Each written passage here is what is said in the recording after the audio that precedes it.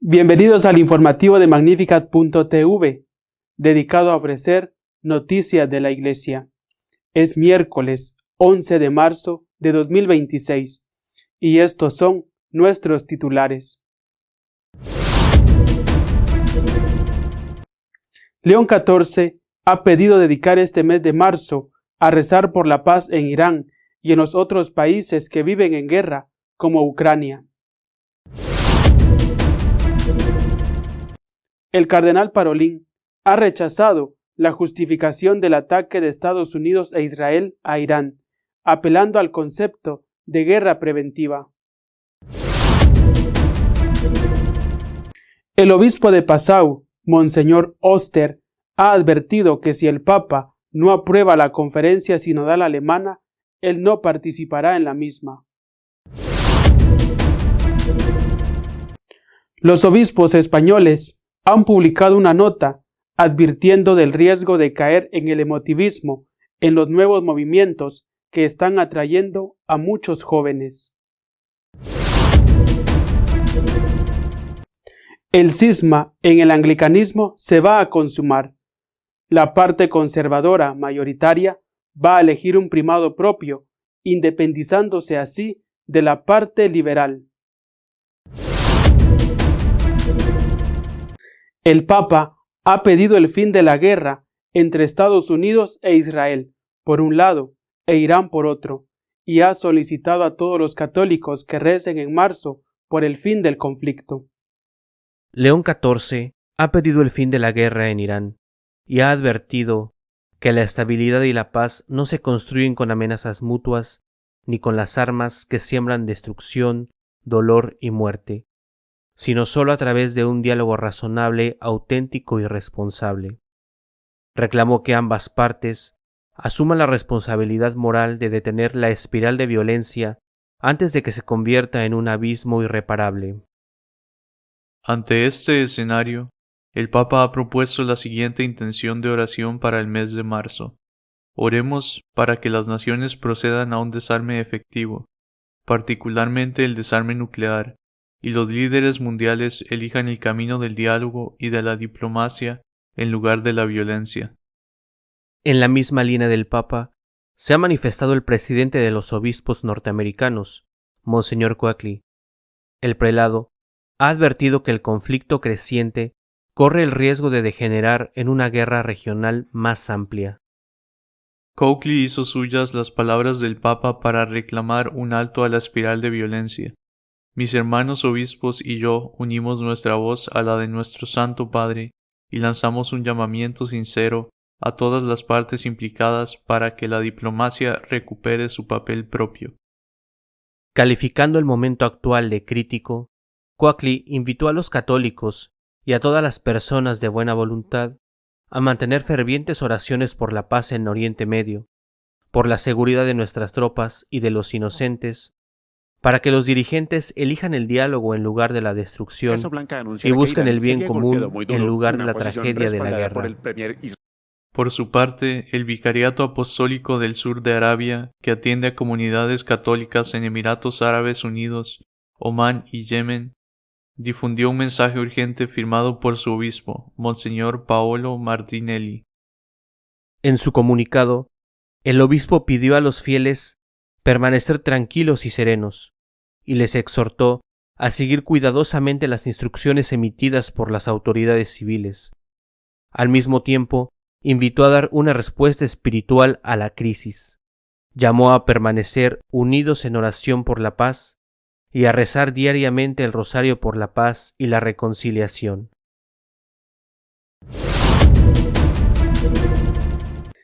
El secretario de Estado del Vaticano ha rechazado el argumento de Israel para atacar a Irán, advirtiendo que las guerras preventivas pueden generar el caos en el mundo. El secretario de Estado de la Santa Sede alerta de que a la fuerza del derecho la ha reemplazado el derecho de la fuerza, y llama a retornar a la negociación diplomática en Oriente Medio. El mundo entero correría el riesgo de verse envuelto en llamas. La Carta de la ONU, recuerda, fijó tras la Segunda Guerra Mundial, con sus 60 millones de muertos, un marco preciso para la gestión de los conflictos, el recurso a la fuerza solo como última y gravísima instancia. Después de agotar el diálogo político y diplomático, con respeto estricto a los principios de necesidad y proporcionalidad, y siempre dentro de una gobernanza multilateral. Si se reconociera a los estados el derecho a la guerra preventiva según criterios propios y sin un marco jurídico supranacional, el mundo entero correría el riesgo de verse envuelto en llamas, advierte el cardenal. A la justicia la ha sustituido la fuerza, a la fuerza del derecho la ha reemplazado el derecho de la fuerza, con la convicción de que la paz solo puede nacer después de que el enemigo haya sido aniquilado. Parolin identifica una tendencia de fondo que trasciende el conflicto concreto. Se está afirmando peligrosamente un multipolarismo caracterizado por el primado de la fuerza y la autorreferencialidad. La causa, a su juicio, es el debilitamiento de la conciencia de que el bien común beneficia a todos, principio sobre el que se construyó tanto el sistema multilateral como un proyecto tan audaz, dice, como el de la Unión Europea. Esta pérdida de conciencia tiene consecuencias prácticas. Se cuestionan la autodeterminación de los pueblos, la soberanía territorial y las normas que regulan la propia guerra. Se abandona el andamiaje construido pacientemente en materia de desarme, cooperación al desarrollo y derechos fundamentales. Uno de los pasajes más incisivos de la entrevista aborda la aplicación selectiva del derecho internacional. Parolin lo dice sin ambages. Hay conflictos ante los que la comunidad internacional se indigna y se moviliza, y otros ante los que reacciona con mucha más tibieza, dando la impresión de que existen violaciones del derecho que deben sancionarse y otras que pueden tolerarse. Frente a esa doble vara de medir, la posición de la Santa Sede es inequívoca. No hay muertos de primera y de segunda categoría, ni personas que tengan más derecho a vivir que otras solo por haber nacido en un continente u otro o en un determinado país.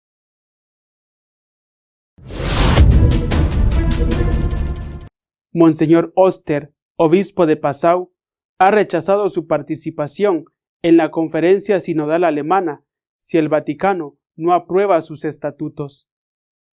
El obispo de Passau, Stefan Oster, ha condicionado su participación en la proyectada Conferencia Sinodal Alemana a que el Vaticano apruebe la nueva estructura. Si lo hacemos de acuerdo con la Iglesia Universal, entonces participaré. El prelado, que en su día abandonó el camino sinodal, abre así la puerta a una eventual reincorporación.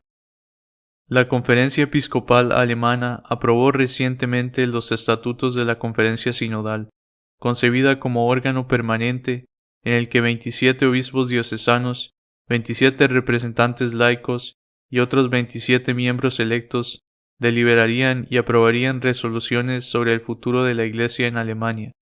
Los estatutos establecen que todos los miembros tienen el mismo derecho de voto y que no están vinculados por instrucción alguna en el ejercicio de sus derechos. Oster reconoce que espera con cierta expectación la respuesta vaticana. Los romanos también tienen interés en que todos salven la cara, señaló, expresando su convicción de que el proceso no se bloqueará de plano. A su juicio, los más de 2 años de diálogo entre la parte alemana y la Santa Sede han generado una reciprocidad que impide un choque frontal. Pese a ese optimismo relativo, las objeciones de Oster son de calado. Participó en noviembre en las últimas conversaciones celebradas en Roma, en las que la delegación alemana intentó precisar que adoptar resoluciones es algo distinto a decidir. El prelado admite aguardar la reacción vaticana sobre esa distinción terminológica. Mayor preocupación le genera el mecanismo de seguimiento previsto, que evaluaría en qué medida los obispados aplican las resoluciones del camino sinodal. Yo soy católico, represento la antropología católica y por eso no quiero que se supervise si en nuestra diócesis damos pasos que la Iglesia Universal no ha dado ni permite. El prelado apuntó también a tensiones internas que el camino sinodal ha tendido a disimular. Recordó que en las asambleas sinodales en las que las votaciones eran públicas y nominales, algunos obispos auxiliares le habían reconocido en privado haber votado en contra de sus propias convicciones a causa de la presión del entorno. Oster subrayó la diferencia entre la sinodalidad, tal como la entiende Roma, y el uso que se ha hecho de ella en Alemania. El Papa Francisco dijo claramente, la sinodalidad no consiste en cambiar la doctrina. Se trata de llevar nuestra fe y su doctrina al mundo de hoy y vivirla. En su valoración, el debate alemán ha estado excesivamente centrado en la modificación doctrinal, desvirtuando ese propósito.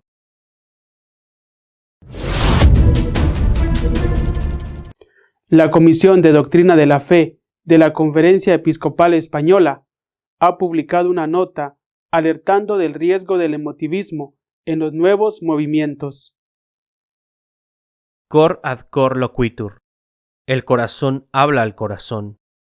Con este lema cardenalicio de San Juan Enrique Newman, recién declarado doctor de la Iglesia, titula la Comisión para la Doctrina de la Fe de la Conferencia Episcopal Española una nueva nota sobre el papel de las emociones en el acto de fe. El documento surge debido a un fenómeno que los obispos perciben con esperanza y cautela a un tiempo: el renacer de la fe cristiana entre los jóvenes españoles de la llamada Generación Z y la proliferación de nuevas iniciativas de primer anuncio que sitúan las emociones en el centro de la experiencia evangelizadora. La Comisión señala que en la llamada cultura posmoderna se ha producido una absolutización de la afectividad, reduciéndola a los sentimientos y a las emociones, fenómeno al que filósofos como Alasdair MacIntyre han denominado emotivismo. El hombre posmoderno, sostiene el documento, ha pasado del pienso luego existo al siento luego existo, del logos a la emoción. Las consecuencias espirituales de esta deriva son graves. Aplicando a la vida de fe, el emotivista religioso hace depender la fe de la intensidad de la emoción, reduciéndola a la medida del sentimiento y a lo placentera que pueda resultar. El documento identifica además un riesgo específico: la posible manipulación que se sirve de las emociones. Los obispos advierten de que en la vida espiritual existe el peligro del bombardeo emocional, que puede constituir una forma de abuso espiritual, incluyendo la presión emocional del grupo, que fuerza a los individuos a sentir lo mismo que los demás, así como el recurso a falsas experiencias sobrenaturales o místicas para ejercer dominio sobre las conciencias. Ahora bien, el documento no incurre en ningún intelectualismo que desprecie la dimensión afectiva. Los obispos son rotundos. Negar las emociones en el acto de fe, argumentan, sería renegar de la condición humana asumida por el Verbo encarnado. El Nuevo Testamento muestra a Jesús compadeciéndose de las multitudes, llorando por Lázaro y por Jerusalén, angustiado en el huerto de los olivos, irritado ante la dureza de corazón. El reto, concluyen en este tramo del documento, será siempre facilitar el encuentro con Dios sin abusar de las emociones, al mismo tiempo que sin menospreciar la fuerza de la fe para suscitarlas.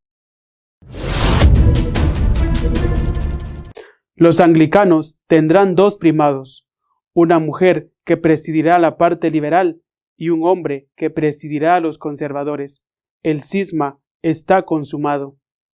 La fractura del anglicanismo se acentúa, y está previsto que los anglicanos, contrarios a la ordenación de mujeres, rechacen esta semana a la nueva arzobispa de Canterbury y nombren a su propio candidato para que presida honorariamente la comunión anglicana. La inminente toma de posesión de su cargo de la nueva arzobispa anglicana de Canterbury ha desencadenado una reacción drástica por parte de los anglicanos más conservadores. Se trata de una verdadera bomba que hará saltar el anglicanismo por los aires. Este mes de marzo se producirá la asunción oficial de las funciones de Sarah Murali como arzobispa de Canterbury. Será la primera mujer en desempeñar ese cargo, que conlleva la primicia de honor de todos los primados de la comunión anglicana y el liderazgo espiritual de unos 100 millones de anglicanos en el mundo. El problema es que, si bien el anglicanismo inglés o norteamericano hace tiempo que asumió la existencia de mujeres clérigos o las bondades de las relaciones del mismo sexo, entre otras posturas progresistas, los anglicanos africanos y de otras naciones se resisten a esas innovaciones. Este es el contexto de la reunión de la GAFCON, que acaba de comenzar en Abuja, Nigeria. La Global Anglican Future Conference, creada en 2008 como respuesta a la aceptación de las uniones del mismo sexo, es una organización de obispos, clérigos y laicos anglicanos conservadores de todo el mundo que pretende ser fiel a la enseñanza bíblica y anglicana tradicional. Ya en octubre de 2025, la GAFCON, encabezada por el arzobispo anglicano primado de Ruanda, anunció su ruptura con el anglicanismo oficial y la creación de una nueva comunión anglicana global, que sería la auténtica, instando a las provincias a cortar los lazos con Canterbury. Este año está previsto dar un paso más en la GAFCON 26, nombrar a un hombre que sustituya a la arzobispa Murali como primado de la comunión anglicana. Esto satisfaría a los anglicanos que no aceptan que las mujeres puedan ser obispas, siguiendo la doctrina bíblica y tradicional anglicana sobre el tema.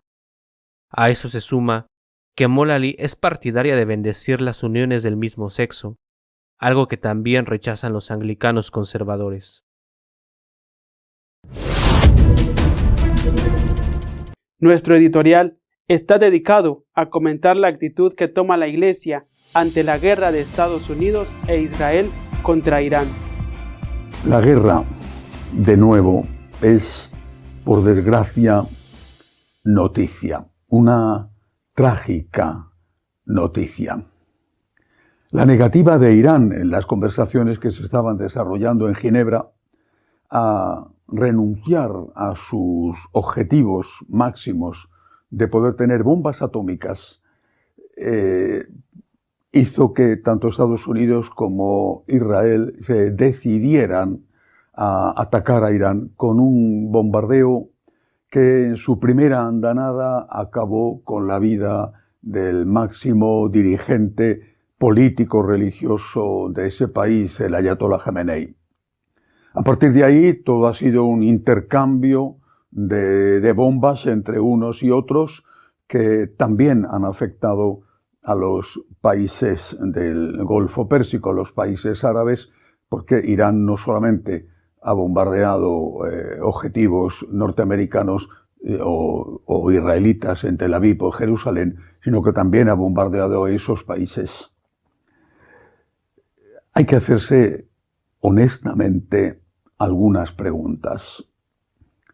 Primero, estos gobernantes pacifistas que rechazan y movilizan a la gente contra la guerra, ¿actuarían igual si fuera su país el que está amenazado de destrucción porque un vecino tiene la bomba atómica y está decidido a emplearla?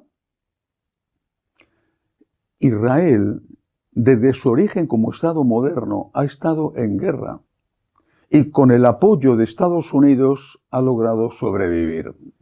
Eso no significa que pueda hacer lo que quiera, pero hay que tener en cuenta ese dato. Insisto, es muy fácil ser pacifista cuando no tienes el problema al lado. Y si fuera España, por ejemplo, el país amenazado, entonces un gobernante responsable diría, bueno, da igual, no pasa nada, si nos quieren tirar una bomba, que nos la tiren. No solamente está amenazada Israel, es que están amenazados también los países árabes por Irán. Ignorar que son dos religiones con la misma raíz pero distintas, y enemigas en muchos aspectos, porque unos son chiitas, Irán, y otros son sunitas, Arabia, es ignorar un elemento esencial del conflicto, ignorar la historia, la lucha permanente entre ambos, árabes y persas, es ignorar algo que decide lo que está pasando en este momento. Si nosotros queremos juzgar con un mínimo de equilibrio lo que está sucediendo, tenemos que hacernos estas preguntas y no decir fácilmente lo que está haciendo Israel está mal. Pero también hay que hacerse la pregunta, es que el derecho a la legítima defensa que pueda tener Israel le permite llevar a cabo una guerra preventiva violando las leyes internacionales. Las preguntas hay que hacérselas a ambos y no solamente a uno. La demagogia me parece que no es el camino, aunque sea el que más mueve a la gente. ¿Qué está haciendo la Iglesia? La Iglesia está haciendo lo que tiene que hacer. Hay que recordar aquella frase de Pío XII poco después de empezar la Segunda Guerra Mundial en el año 39. Todo puede perderse con la guerra, nada puede perderse con la paz. ¿Siempre ha hecho eso la Iglesia? Bueno, siempre no lo sé, pero desde luego en los años recientes no hay una condena a la guerra como tal. Los teólogos católicos durante siglos han teorizado sobre el concepto de guerra justa, por ejemplo, estableciendo la relación entre provocación y respuesta, o entre el daño que pueda causar esa guerra, si puede ser mayor, ese daño que el daño que se evitaría si no se hiciera. Pero lo que no se le puede pedir a la Iglesia es que bendiga las bombas que están arrojándose unos y otros. Y eso la Iglesia ni lo ha hecho ni lo va a hacer. Por eso el Papa León ha intervenido enseguida diciendo que estamos ante un abismo de consecuencias impredecibles y pidiendo que se pare la guerra y que se vuelva a la mesa de negociación. Y en el mismo sentido ha intervenido el presidente de la Conferencia Episcopal Norteamericana, Monseñor Copley, que una vez más se ha distanciado de la línea política del presidente Trump. Ha advertido que el conflicto creciente corre el riesgo de degenerar en una guerra regional más amplia y ha subrayado que nos enfrentamos a la posibilidad de una tragedia de inmensas proporciones. El vicario apostólico de Arabia del Sur, que incluye en su territorio de administración algunos de los países bombardeados por la guerra, como por ejemplo bombardeados por Irán, como por ejemplo Emiratos Árabes Unidos, Monseñor Mantinelli, también ha dicho que se pare la guerra. Ha pedido a sus feligreses que hagan caso a las autoridades y que se protejan metiéndose en los refugios. Y ha solicitado a todos el rezo del rosario pidiendo al Señor el don de la paz. Insisto, la Iglesia tiene que estar donde tiene que estar, es pidiendo el diálogo y la paz. Eso no significa que no exista el derecho a una guerra justa, teorizado también por la Iglesia. Y con eso no quiero decir que lo que está haciendo Estados Unidos o Israel sea una guerra justa. Lo que quiero decir es que hay que hacerse preguntas porque las cosas no son blancas ni negras, sino que hay muchos matices grises. Israel se está jugando su destino porque si Irán tiene la bomba atómica, no tiene absolutamente ningún futuro y pueden morir millones de personas.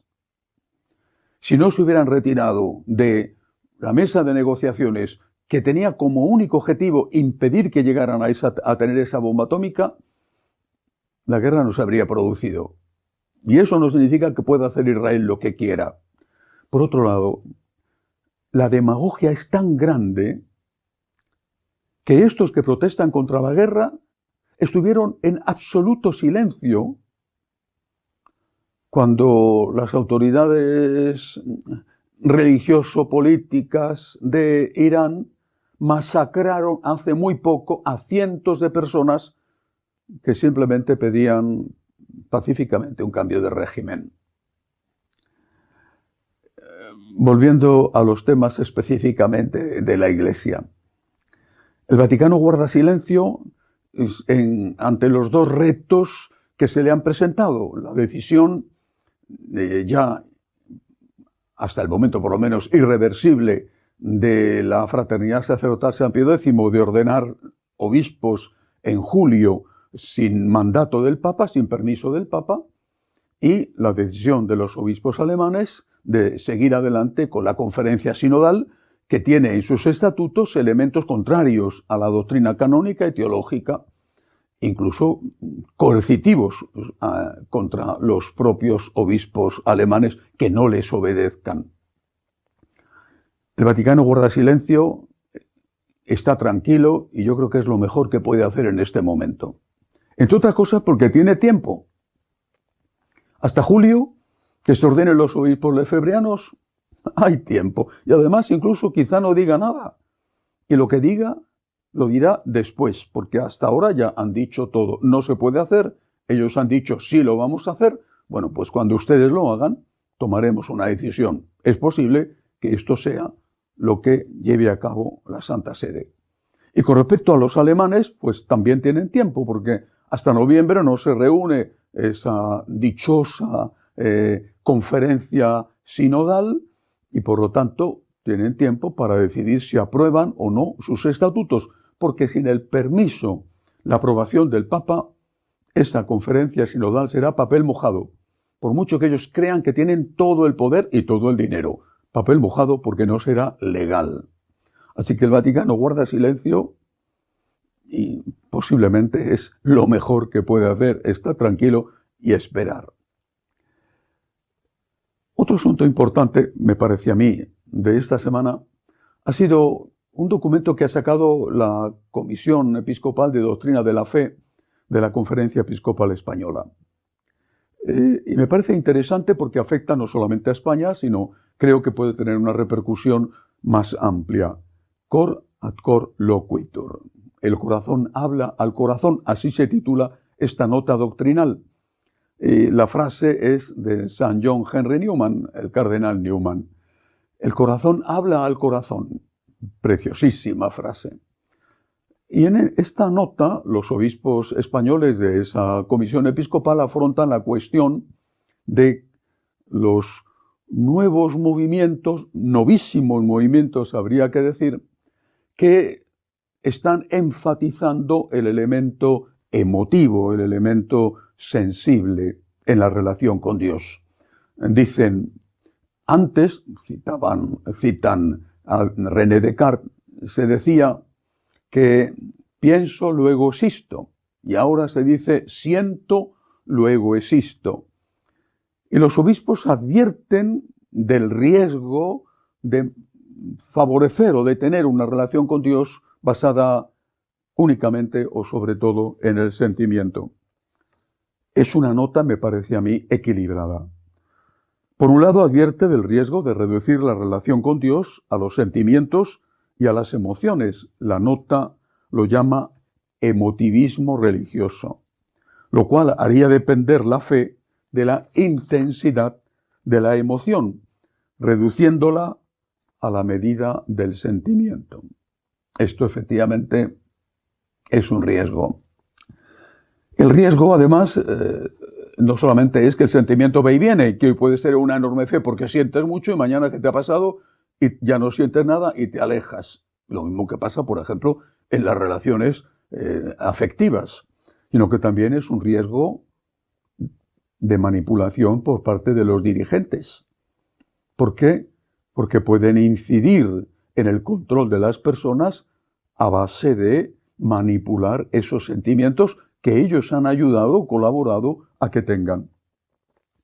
Por otro lado, la misma nota episcopal advierte del grave riesgo que lleva consigo el desprecio a la dimensión afectiva, como si el hombre fuera solo intelecto y no existiera también el corazón. Ese corazón que, según Pascal, tiene razones que la razón ignora. La realidad existe. La realidad es muy tozuda. La realidad es señora. La realidad existe. ¿Y cuál es la realidad hoy? Que, sorprendentemente, el Espíritu Santo está rejuveneciendo a la Iglesia. Y hay cada vez más jóvenes, que siguen siendo una minoría, pero que hay cada vez más jóvenes que buscan a Dios. Esta es la realidad. Movimientos, que no sé si ese será el término canónico oportuno, pero movimientos como, por ejemplo, Jacuna, Efetá, Emaús, no son más que, de otra manera, actualizaciones de aquellos otros que han sido tan oportunos para la Iglesia y para la evangelización. Pienso en los cursillos de cristiandad, los carismáticos católicos, los focolarinos, por ejemplo, y a otro nivel, porque son distintos los neocatecumenales. El Espíritu Santo está actuando continuamente y la Iglesia no puede sofocar el Espíritu. Tendrá que orientarlo, guiarlo, corregirlo, que creo que es lo que quiere hacer la Conferencia Episcopal Española. Pero no puede sofocar al Espíritu. Y ahí de nuevo me permito hacer algunas preguntas. ¿Está siendo hoy la Iglesia un motor que alienta a estos nuevos movimientos? ¿O que los mira con recelo e incluso con un cierto desprecio? Una pregunta. Los nuevos movimientos y sus fundadores son vistos como algo positivo que tiene que ser discernido, o son vistos simplemente porque existen como sospechosos. Cuando San Juan Pablo II alentó a los que entonces eran nuevos movimientos, se dio cuenta de que más allá de las correcciones que hubiera que hacer, eran un don para la Iglesia y para la evangelización, para aquello que él llamó la nueva evangelización, y lo fueron. Es verdad que hoy están ya pues en otra etapa de más madurez, de menos entusiasmo, de menos éxito numérico, pero vienen otros. ¿Se les está apoyando? O, insisto, se les mira con sospecha, no sea que hagan algo malo. La Iglesia tiene que conocer su historia y mirarla y aprender de ella. Cuando San Francisco de Asís, que entonces no era San Francisco de Asís, era como él se llamaba, un poverello, un pobrecito, con un pequeño grupo de sus primeros seguidores se presenta en Roma ante el Papa Inocencio III. Aquel hombre, aquel papa, un papa medieval, con su lucha de las investiduras, con todo lo que quieras, aquel papa supo ver en aquel hombrecillo vestido de harapos que se ponía a sus pies, supo ver la acción del Espíritu Santo y le apoyó y le aprobó oralmente, verbalmente, la primera regla. No le miró con sospecha y por supuesto que le orientó. Por ejemplo, no había entre los franciscanos en los primeros años noviciado. Después se les pidió que tuvieran noviciado. Pero no había una actitud de sospecha, de que todo es peligroso, todo lo nuevo hay que temerlo. ¿Existe hoy ese apoyo que la Iglesia ha tenido siempre con discernimiento a lo nuevo? ¿Existe el apoyo que les dio San Juan Pablo II y Benedicto XVI? Con criterio, con prudencia, pero ¿existe el apoyo o todo es temible y hay que tener mucho cuidado porque todo es peligroso? Bueno, volviendo al tema al tema de la guerra, que es en este momento lo más importante. Estamos unidos al Papa rezando por la paz. Alguno, ignorante de la historia, podrá pensar que la oración no sirve para nada. Me gusta recordar una anécdota relativamente reciente. En la conferencia de Yalta, cuando Estados Unidos comete la torpeza política de entregarle a Stalin una parte importante de Europa del Este, Churchill, que estaba en contra, pregunta en voz alta: ¿qué pensará el Papa de esto? Porque estamos entregando países católicos como Polonia, por ejemplo, en manos de los comunistas, de los soviéticos. ¿Qué pensará el Papa de esto? Y Stalin contestó con soberbia, autosuficiencia: ¿cuántas divisiones de tanques tiene el Papa? Ninguna. Pero fue un gigante polaco, San Juan Pablo II, el que contribuyó de forma decisiva a derribar el ensangrentado muro, el ensangrentado telón de acero que mantenía en la esclavitud a pueblos, naciones enteras. Por eso, aunque el Papa, aunque los católicos no tengamos divisiones de tanques, ni grandes reservas petrolíferas, ni tengamos ingentes cantidades de dinero con fondos soberanos que controlan las mayores empresas del mundo, nosotros tenemos un poder enorme, que es el poder de la oración. Creemos en la oración y sabemos lo eficaz que es la oración. Así que en este momento de guerra, unidos al Papa, rezamos por la paz,